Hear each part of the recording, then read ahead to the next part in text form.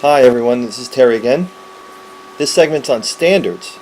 You know, when I think of the standards that I had set for myself as an adult with a goal of being the best triathlete I could be, I had to think about what my behaviors and what my rituals were that would indicate whether or not that was possible.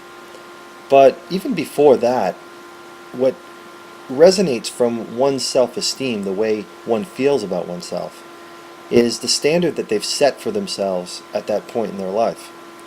One of the things that I did wrong years ago was I struggled with how I felt about myself, and I really didn't know why. I was probably too young, but I did have a standard that I think was unrealistic, and I was chasing after these goals. My the way I was actually acting at that time, I had set my standards sort of in a place of lack of clarity.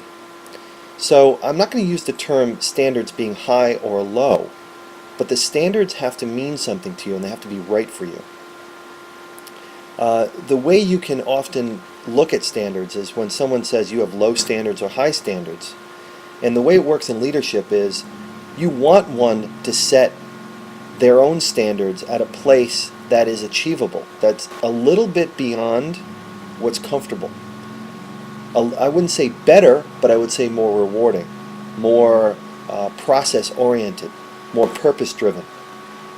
If that is the truth, then it's realistic that when you're pursuing greater standards or different standards, or you'll know the difference between the standards that you had set prior to that.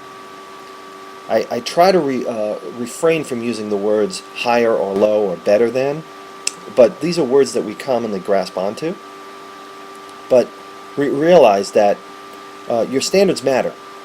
And what are they in your life? How have you set your standards? And as a leader, what are you doing to help facilitate different standards? Standards that you believe and they believe, your subject, your client believes are real, are possible, are certain in their mind, and are the gateway, the pathway to their happiness or to their goals, which are essentially one and the same.